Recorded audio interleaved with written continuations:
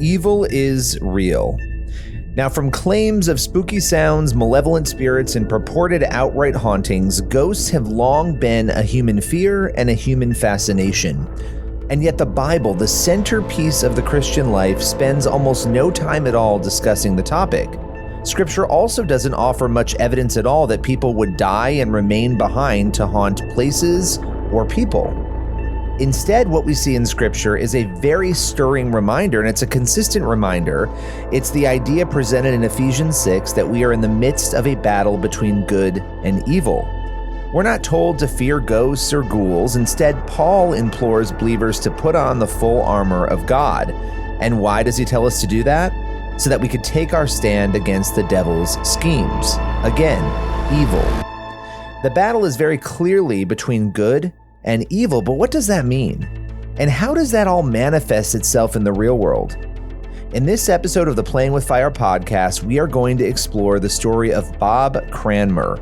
Now, Bob is a respected former politician and businessman who says that pandemonium broke out inside of his home as evil wreaked havoc and shattered his family's life. He documented his story in the book, The Demon of Brownsville Road, a Pittsburgh family's battle with evil in their home. This is Bob's story. You know, the first events that happened basically occurred when we were viewing the house to purchase it. And some strange things happened that got my attention, and especially my wife at the time, her attention. And she came away with the opinion that she was uncomfortable with the house, and to quote her, "It's creepy." And primarily, what occurred, we were looking at the house, and two of our children, our older children, were with us at the time, a 4-year-old and my daughter, who was 4, and my son, a second son, who was 3. And during the viewing of the house, and again, for your listeners to understand, this is a big Victorian house that literally a little kid can get lost in. And, you know, where you can be in the front of the house and someone be in the back of the house, and it's like a good distance. It's not like a contemporary house where you can just talk and you can hear people in the living room or anything. I mean, there's a good distance. So we were in the basement, and my wife noticed that our young son was not with us. We were with the owners, the husband and wife who owned the house. And she said to my daughter, "Where's Bobby?" And she shrugged her shoulders, pointed upstairs. So my wife and and I think my daughter and the woman of the house set off upstairs to find him. And as they went up through the dining room into the foyer and partway up the steps, and it's a big staircase that goes up to a landing and then reverses and goes up to a stair. You know, the staircase hits a kind of an open hallway around the foyer looking down. He was on the staircase, and my wife said that he was standing there trembling, and which, you know, is somewhat shocking. And the woman, not my wife, the woman kind of rushed and embraced him and says, "Oh, son, honey, did you see something?" Now, with that comment, that caught my wife's attention. What do you mean? Did you see something? So that told us right there, told her, like, what was he going to see? Unless there was something that was in the house that she knew of that would scare a little boy. And he settled down, and my wife kind of just noted the incident and mentioned it to me when we left. So that was really the first red flag, so to speak. Later on, when we went back a second time, somewhat to negotiate for the house and so on, or to close the deal, I asked the man, the owner, is there anything wrong with this house? Now you would think he would say, well, define wrong. What, the plumbing or the roof or something like that. No, he knew right away what I meant. And because his response was, oh, no, no, no, no. In fact, we've had mass in the living room twice. Now, that's an odd response as well. And two, if for anyone familiar with the Catholic Church, Mass isn't something that's taken on the road. I mean, you don't go to somebody's house and have celebrate Mass. You'll go and maybe administer communion or one of the sacraments of confession or so on, but you don't have full-fledged Masses. The only time it's outside of a church is maybe wartime or something, where it has to be done in the field. So that too caught my attention, because I had never heard of anything like that. We moved in the first week of December in 1988, and as I can recall, I first started to notice things probably around Christmas time, after Christmas, early January. I'd say into January, we then concluded that, and again, I had no interest. I had no exposure, no interface, anything haunted houses, ghosts, anything like that up to that point. But we determined through events, that we had purchased a house with some type of a ghost in it. There was a spirit. There were things happening in the house that my wife and I knew that neither one of us were doing, and our children were too young, or to be mischievous or to be able to do anything to be responsible for what we were experiencing. So we came to the conclusion that there was a spirit in the house, that it was haunted, and I talked to my mother, who was Catholic, and she offered to talk to one of the priests at her local parish to come and do a simple house blessing, and that would probably take care of it, to go through and bless the house and bring peace to the house. And it's a kind of a celebration where they walk through with holy water and say prayers and bless all the rooms, and we thought that would take care of it. It didn't, but so that's the beginning, the first months in the house.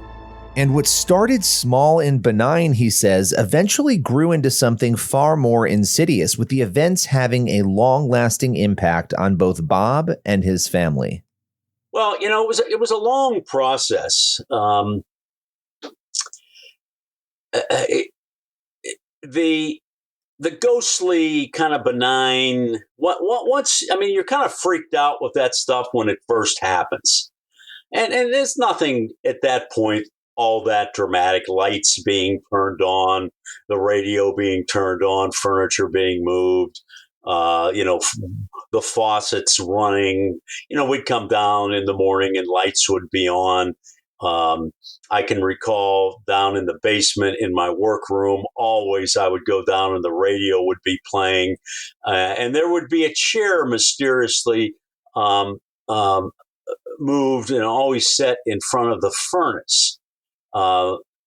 For whatever reason. So once you kind of get used to that stuff, you just move the stuff, turn it off, and really don't pay it any more mind, and think, okay, we can peacefully coexist with this as long as it's not dangerous. If this is all it is. I would pray. I was a very faithful evangelical Christian. I can recall at night when I'd put my kids to bed, we always would sing from an old Baptist hymnal, and I would be thinking I would sing rather loud, power in the blood and victory in Jesus and all that stuff. Just thinking I'm going to bless this house. But years went, as years passed.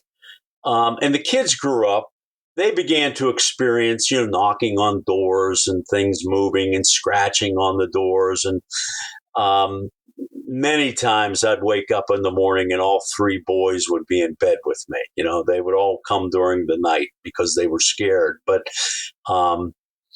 I didn't know it at the time, but they were having encounters my oldest son specifically, there was a problem with the room that that was his bedroom. For years, he wouldn't sleep in the room. He slept in the closet on the floor.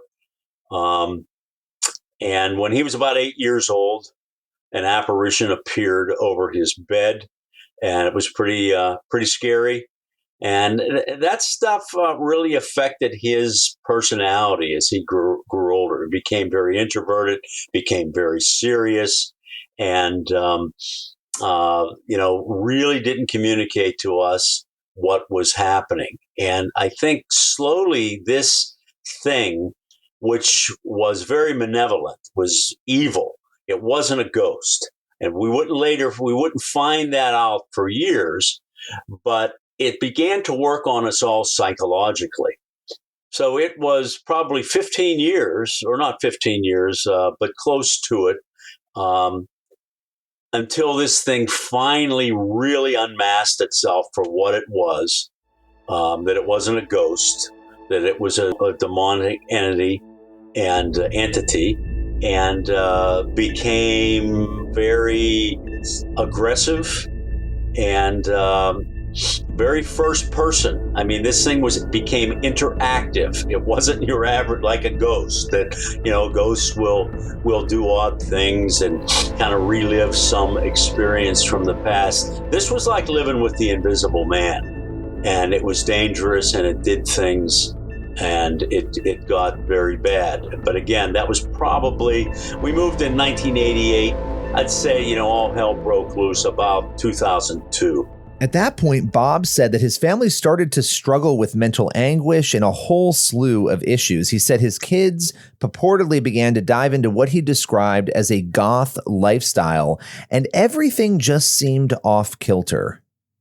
It got to the point where it was so dysfunctional. He was so dysfunctional, and he was a teenager by then. They were all teenagers. Kind of all hell broke loose in the house. One night, there was a fight between myself and my oldest son. He attacked me, and police were called. I was arrested, put in jail. It was a bad scene. I first encountered Bob's story when I was the faith editor over at The Blaze, and I remember experiencing sort of this moment of wondering whether or not the former county commissioner in Allegheny County, which is what Bob was, Allegheny County is in Pennsylvania, that this former politician had really experienced this chaos. I wondered, had this gone on inside of his home?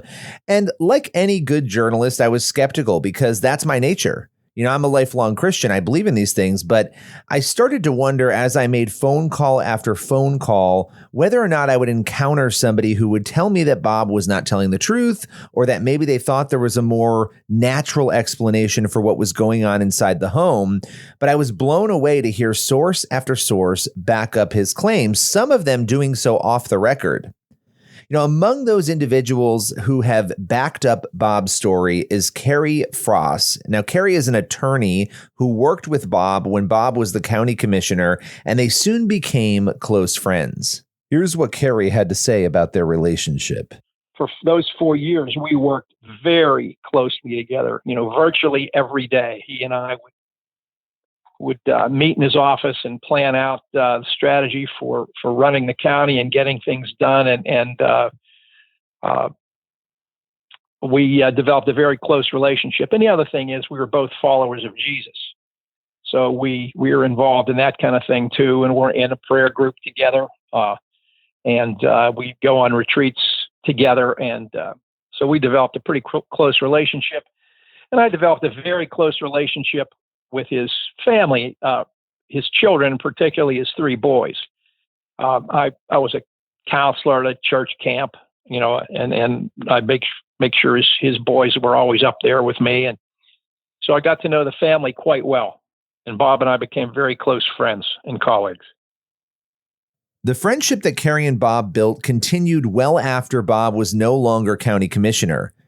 Eventually, Bob started sharing with Carrie some of the things that were happening inside the home. I got a phone call one evening, and he sort of tentatively said, some strange things have been going on in my house. I want to tell you about them. And he related to me the strange occurrences that were happening in a little used coat closet underneath this elaborate staircase that was in his home. And he related that a chain on the light bulb, the light would be turning on and off, and he'd go in, and the chain would be wrapped around the light fixture. And he would unravel it and leave, and he'd come back, and it was wrapped again. And so this strange, I guess you could call it poltergeist activity, whatever it was. We didn't know, but he kept seeing this. And then he would call me on a couple of occasions and say and start to make other connections. He said, there have been some actually strange things going on in his house for quite a while, which we've actually kind of gotten used to and have ignored. And he started to connect the dots, and he realized that some of these strange occurrences had even happened from the time that he first bought the house. But during this time, they seemed to. So that was the first incident. And other things kept escalating from there. When I say escalating, a lot of strange physical disturbances, smells, appearance of, this dried liquid dripping down the walls all over the house that seemed, it looked like dried blood. I don't know if it's ever been identified. Books had come off shelves, pictures would be askew, and many other things that he chronicled in the book. And so as this developed, he knew that I kind of understood why, and I believed him, and I realized this was supernatural activity. I was no stranger to the spiritual world, and I did realize sometimes the spiritual world has these bizarre physical manifestations. And obviously I knew that's also where evil operated. I didn't think Bob was crazy because I knew him personally, and I knew he was a sound and responsible guy and a close friend, that I knew he wasn't making any of this up.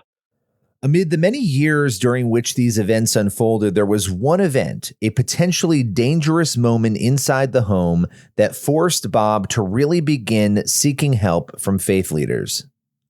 I think probably the most dangerous thing that happened that probably could have killed my son.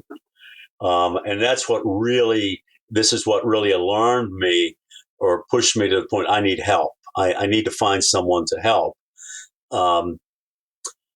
One day he was in his bedroom. It was after school, and he heard a loud pop in the corner of the room, a loud noise, almost like a light bulb that had broken. Loud pop. And as he heard that sound, he also heard or felt something whiz right by his head and smash into the wall and break. So there was an object that originated in one corner, flew across the room, just missed hitting him, hit the wall, and he went to see what it was. It's almost like a bullet came by him.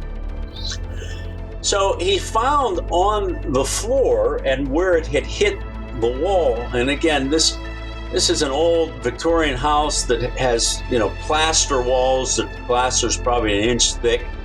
And what it was a music CD that some way was jettisoned across the room at great velocity, somewhat aimed at him, but missed him. And it hit the wall with such force. Now, remember, a CD is a pretty durable little thing. I mean, even to take one and break it in half, you would really, have to use some force to break the thing in half. Or if I could take one and probably throw it against a concrete wall, and it would just crack, or maybe it would chip. This thing hit that plaster wall so hard with such force that it actually shattered like a plate would. A ceramic plate into shards. You could hold the pieces of it in your hand. It no longer was circular. It was just like a broken plate, a broken piece of glass. That's how hard it hit the wall. Now, if that would have hit him, it could have gone into his neck or really whatever. It was dangerous.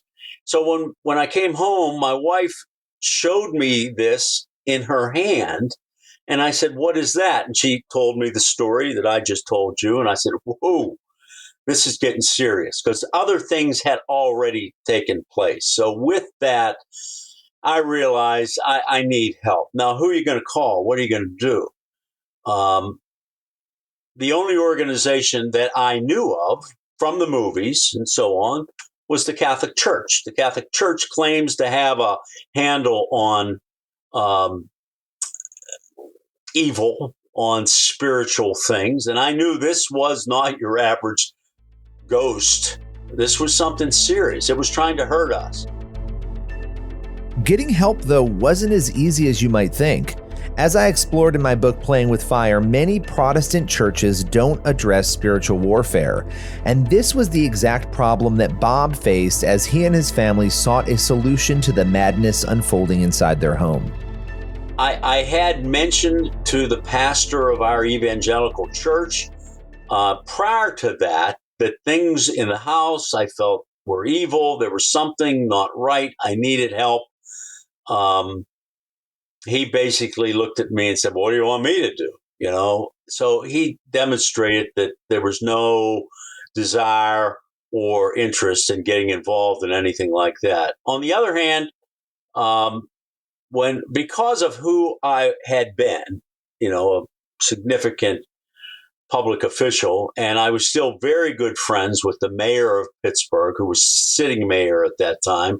The mayor actually went and met with the bishop of the Diocese of Pittsburgh, went on to be a cardinal of the church, Cardinal Donald Worrell, told him about what was taking place in the house, that we were concerned. We wanted the church to help us, and he assigned priests to work with us. And from that point forward, I worked with 3 different priests. It expanded at one point. They brought in an exorcist from New York City. There were priests associated with him. So it became a pretty serious undertaking. Well, as I can recall, I first contacted the church, I think it was probably in January. The events really started to get dangerous, which I just described to you, in late 2003. I finally made contact with the church in early 2004. And I would say the final battle, the final encounter did not take place until February of 2006. So about 2 years. 2 years and a lot of activity and a lot of back and forth in the process. And it was a real learning experience, not only for me, but for the priests that were involved, because we found out that this demon was not your average run-of-the-mill poltergeist, where you can come and do a blessing and do a few things and it would depart. This was a strong, very determined demonic entity that was higher up in the echelons of the demonic army, and it wasn't going to leave without a fight, and there was a fight. As Bob and his family sought out spiritual help to combat the issue, he said the process wasn't easy. At first, the family really sat back and allowed the faith leaders to take charge, but the problems weren't going away. In fact, they only intensified. In the first year of this battle, we kind of sat back and let the church and the priests do what they do. And, they would come about every week to 10 days. They would say mass. They would say prayers. They would do the rosary. They would use incense and all the standard, procedures that should take care of a situation like that in 1 or 2 visits. The difference is every time they would leave, things would get worse in the house, and we were living there. So that first year of the battle, so to speak, was a lot of just this thing trying to terrify us and doing different things to us that finally culminated in probably the most wild and impressive thing. It began covering the walls to mimic the priests applying holy water to the rooms and the walls of the house. And it mimicked it by applying a blood-like substance, which looked just like blood, to the walls of the house, starting on the third floor and eventually making it their way down to the first floor. So it was really trying to terrify us. Throughout this time, Bob's friend Kerry started to come over to the house and help out. He joined Bob and the priests in praying and in trying to ward off the evil that they believed was inside the home.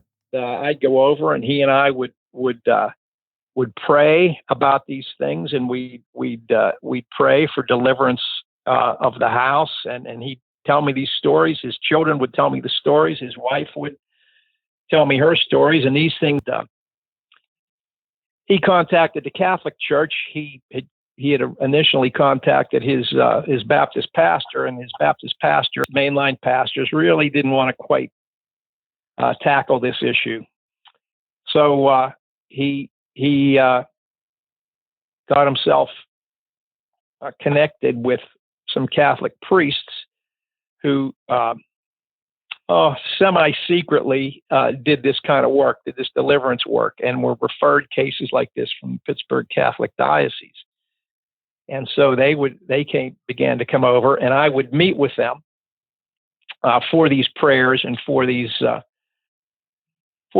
let's call them house cleansings and prayers for deliverance. They were a little bit ritualized, but at some point it got to the point of a home exorcism. But I would always be present for these things, and I got to know the priest quite well. During Kerry's time in the home, he recounted some of the things that he personally witnessed, including scratches on a man who visited the home that seemed to appear and disappear mysteriously. He has a shaved head, and all of a sudden 3 scratches appear on his head. And he says, and it's on camera, he said, "Look at this, look at these scratches." And so I'm looking at them, and sure enough, there are 3 linear scratches with a little bit of blood coming out of them on his bald head. And within a very few minutes, as it's on camera, they disappeared and the blood went away. So I saw that personally. One incident, the Bob and 2 priests and I were on his front porch in a prayer circle, literally knee to knee. And Bob had brought out a rosary where the crucifix had been bent, and it looked like it had been chewed with animals' teeth. It was bent, and there were pointy indentations. And I had my hands out, and he dropped it in my hands, and all 4 of us are looking at it, at the rosary. And as we're looking at it, all of a sudden, the crucifix, the cross, becomes separated from the beads. It just, that's the best I can say. So all of a sudden, look, it's not connected anymore. I looked around for where the little link must have been. There was no link that was broken or fell. It just somehow dematerialized itself off of the chain. And we were staring right at it. Another time we were praying with the priests, and they had been invoking Mary, and I smelled, I don't know if they were roses, but I suddenly smelled this great floral smell. I had smelled on occasion, as we were praying in different rooms, the smell of burnt rubber. I saw the drippings on the walls, this brownish red liquid. And, it couldn't have been thrown on these walls because some of the walls in the stairwells are very high. And then there was also a light fixture where there was some of this material inside the light fixture. So I saw that. I did see some firsthand reactions. I remember one time I was at Bob's on a Saturday morning. We were sitting around his dining room table, his son and his girlfriend came running down from his bedroom, showing us a CD, which had just been shattered. A CD of one of his heavy metal records had flown across the room sideways, put a slice in the plaster wall, and shattered. And I was there like minutes after it happened. It was happening upstairs, and we went up, and there was a slice in the wall. According to Bob, these sorts of events were anything but rare inside the home as the spiritual activity started to become rampant and ceaseless. But one of the strangest elements of the story is what the family says they discovered under a closed-off staircase. This thing was in the house all the time, and it would operate in spurts. It would operate for a few days very actively, and then it would go away for 4 or 5 days, and then it would come back again hard. So I thought, this thing is doing what it does, and maybe it has to recharge or take refuge somewhere. And we found out where its lair was, so to speak. There's an area in the exact center of the house underneath the grand staircase. It's a large area that I could almost stand up in it. A child can stand. It's probably about 4.5 feet high, and that area was completely closed off from the time the house was built in 1909. It was strange. We found the whole number of items that were in that area that had been placed there over the years that shouldn't have been there. I can remember even finding some of my son's Lego toys in this space under the steps. And again, remember, there's no way in there. It's completely sealed off. No way to get in there or put anything in there, but there was items in there, and there were Lego toys. This place was sealed off in 1909, and Legos weren't around then. But we broke into that area, and that really disrupted this thing. Carrie also described this area under the staircase, offering additional details about what was found inside. It seemed people were getting a sense that something was going on in that closet and, the stairwell that it was under. And crawled back in there and removed panels that certainly had never been moved or touched since the house had been built, which I think was 1910, as I recall. So we pried a panel off inside this closet, and inside there was a piece of amber. There was a bizarre pencil drawing on rolled up paper, and that's all in the book.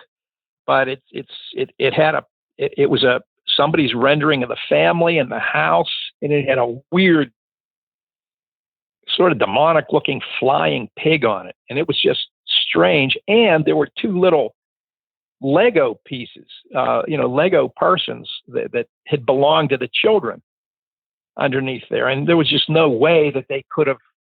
There's nowhere to fall into this space that had been enclosed for many years. But I was there when we opened up that panel.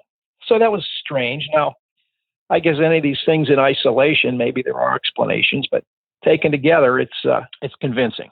As efforts to rid the home of evil forged on, Bob and his family decided to take other offensive actions and a different approach. They started taking steps to individually and intentionally push back against the evil they believed was inside their home. And with that disruption, it was angry. I realized at that point, we can make this thing's existence in the house as miserable as it was making ours. So we began to push back. And there were things I found that I could do, that we could do, it drove it crazy. It didn't like the rosary being said. It didn't like holy incense. It didn't like the movie The Passion of the Christ. It hated the movie. Now, for all the controversy surrounding that movie, if you look at it for what it is, it's a powerful spiritual movie depicting God's ultimate defeat of evil, of Satan. So it didn't like that movie. We played it for 6 months nonstop in the house. It would turn the TV off. It would turn the DVD player off. It would take the DVD out of the player. But we literally played that movie until the player just gave up its ghost. It wore out.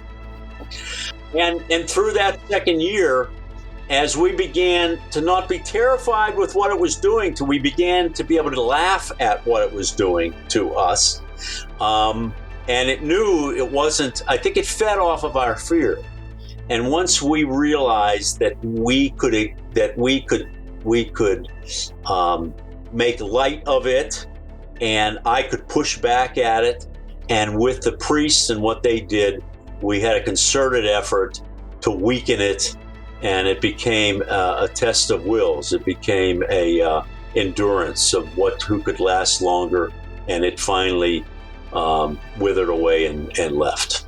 While possession and exorcism are common biblical themes, not everybody will embrace the idea of an infestation, the idea that demons can attach themselves to a home or a business or any other place for that matter. But as Bob began to research the history behind the home and the property, he believes he began to uncover some of the underlying reasons that the evil had taken root. We had discovered that in 1792, not long, after the Revolutionary War, and the western areas of the country at that time, which was Ohio and Indiana, were opened up to settlement. The Native Americans that lived on the other side of the Ohio River in what was called the Northwest Territory objected to this new country invading their land. They had not signed the Treaty of Paris. They had had an agreement with the British that settlement would be confined to the eastern side of the Appalachian Mountains. So when all these folks started to move into the Ohio Territory, they weren't happy. There was a war that started, first war that the United States government had to deal with.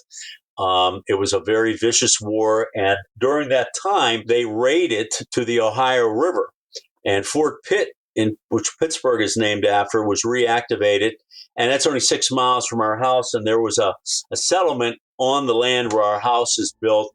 And a family was massacred. A mother and her 3 daughters were killed by a marauding raiding party, which was out of character. They didn't usually kill women and children, but in this case, they killed the mother, and they're buried right in the front yard. And we believe that whatever spirit those Native Americans prayed to make them mighty warriors and victorious and courageous was an evil spirit that attached itself to the place of that massacre. And as we later found out, it was the spirit of Moloch, which is dedicated to to hurting and killing children. Later on in the 1920s, the owners of our house would rent out a room in the house to an illegal abortion doctor. So abortions were performed in the house for many years. Many young lives were snuffed out in the room where my son later would be his bedroom, and where we would play the movie The Passion of the Christ. And it was not a good situation for children to be in, especially my children.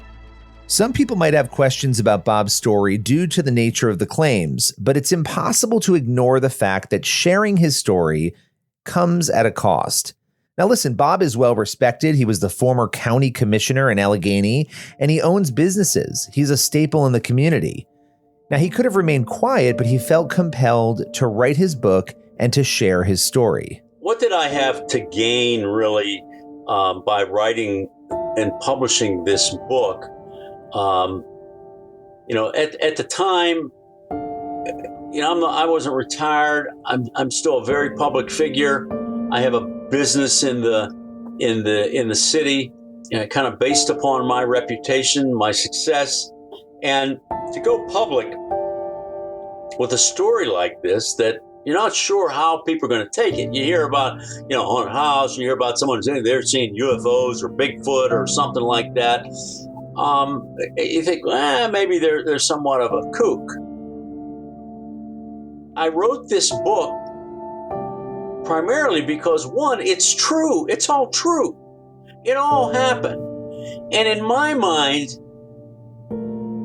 it demonstrated to me that everything in the Bible concerning God and the devil and Jesus and the whole story, it's all true. It's all true. There's no question in my mind that evil exists and that the power of God is there to repel it and to confront it.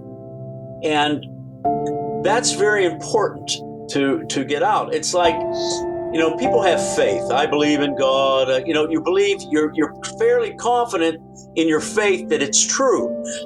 My faith, on the other hand, I think is akin to the faith of, the 12 apostles who saw Jesus raise someone from the dead, who saw Jesus walk on the water, who saw Jesus feed the 5,000 men and other people.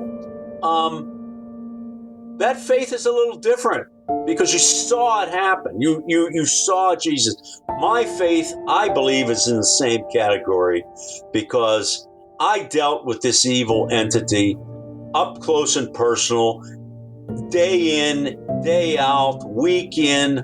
Took for months, took 2 years. I would talk to this thing. I would battle this thing. It would interact with me. So I come out of that taking notes the whole time, saying, I got to tell this story. One of the things that we talked about in our discussions that was really interesting to me was this idea that so many people in America today are abandoning their faith. They're leaving Christianity behind. Now, Bob believes there's a reason that despite that removal of faith from so many people's lives, that the paranormal has simultaneously gained so much attention. He believes that people are looking for something beyond themselves. What I've seen, there's so many young people alive today that have had no training, no interface whatsoever with religion. Maybe their grandparents went to church, their parents didn't. So they really don't have any understanding of God or the Bible or even morality and 10 Commandments and so on. But they know that something else, they have this feeling within them that something else exists beyond the flesh, beyond, the everyday life, that there is something spiritual. And I think that's why the paranormal has garnered so much interest. As for Kerry, he understands why so many people who are deeply rooted in the material world struggle to understand stories like Bob's. And he also offers a powerful message about faith and about those who might disagree with what he and Bob have shared on today's podcast. Look, it's like the response of the world. Nobody believes in this stuff. Who wants to believe in the supernatural?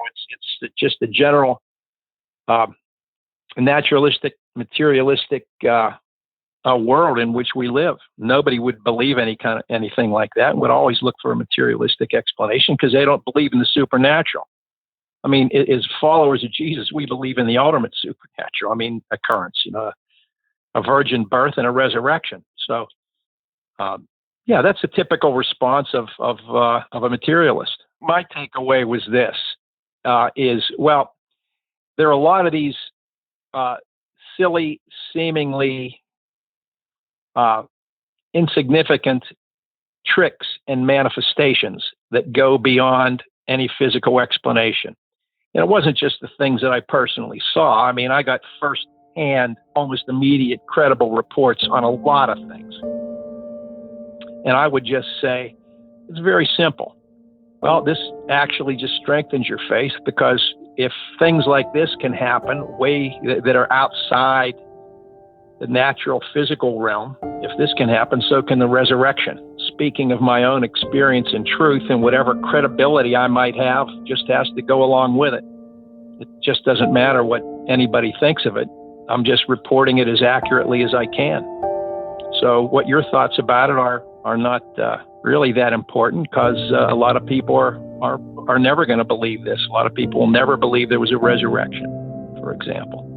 So all I can do is try to speak the truth as I've experienced it, and as is confirmed in Scripture and by many others' experiences too.